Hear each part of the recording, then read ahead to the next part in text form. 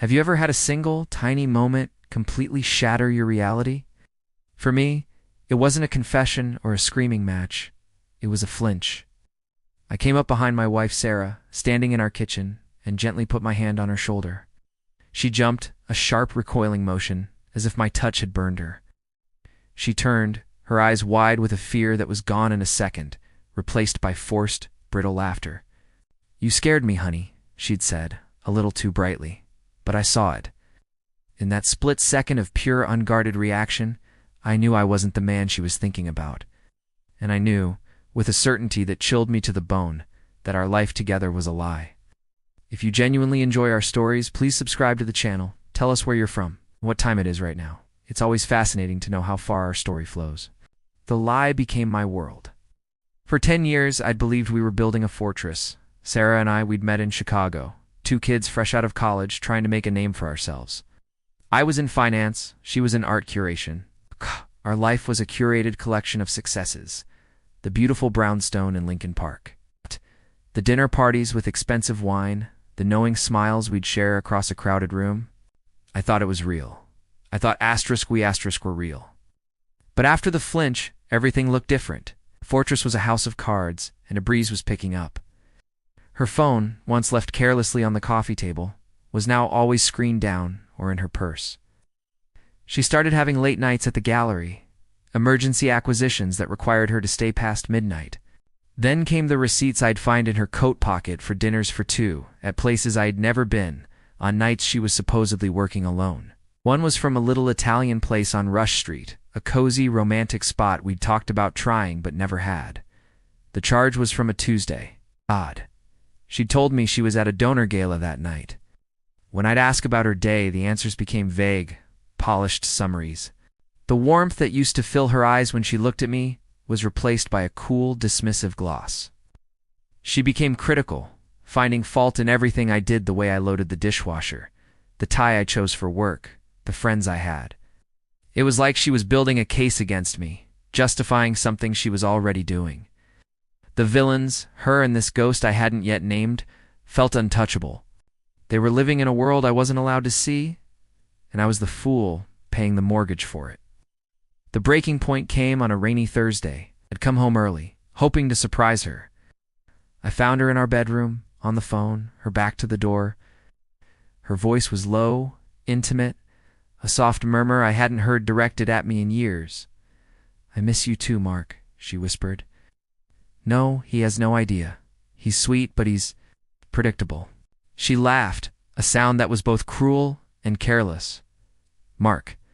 The name hung in the air. Mark, the smug gallery owner who always looked at me with a hint of pity. My heart didn't just break, it detonated. I backed away silently, pulling the front door closed with a soft click she'd never hear.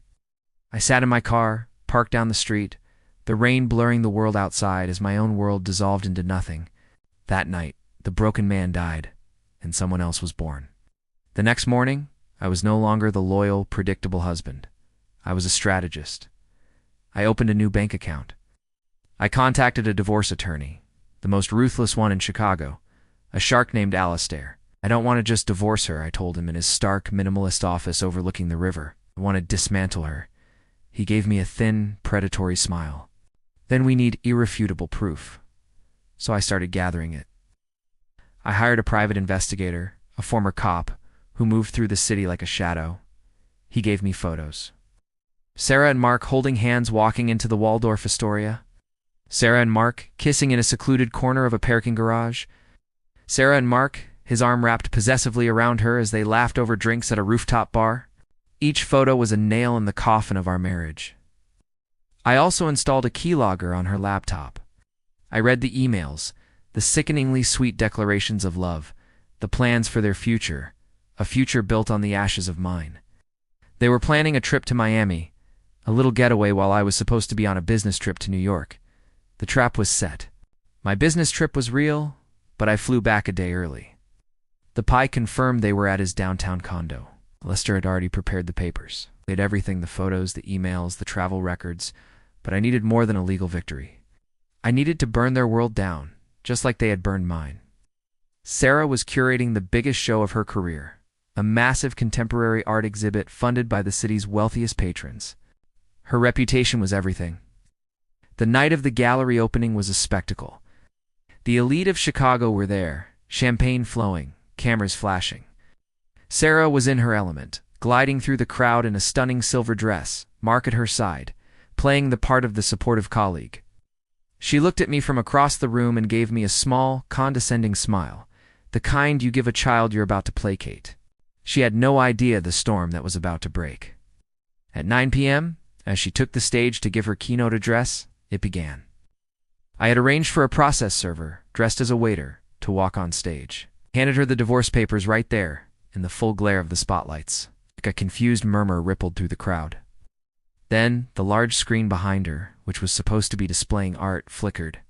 It switched to a slideshow. The first image was of her and Mark, kissing in the parking garage. Then, the hotel. Then the emails, blown up for everyone to read. Gasps echoed through the hall. The patrons, the donors, her boss, they all saw. Her face went from confusion to horror to a waxy, pale mask. She stumbled back, speechless. Mark had already vanished into the crowd, a coward to the last. The flashes from the cameras were blinding.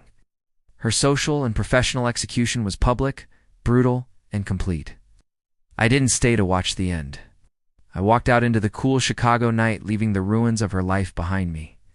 The legal battle was a formality. She lost everything: her job, her social standing, and in the divorce, she got nothing. Our assets were frozen and dissected by Alistair, who made sure her infidelity cost her every single penny she felt entitled to. Sometimes late at night, I think about that moment in the kitchen, the flinch.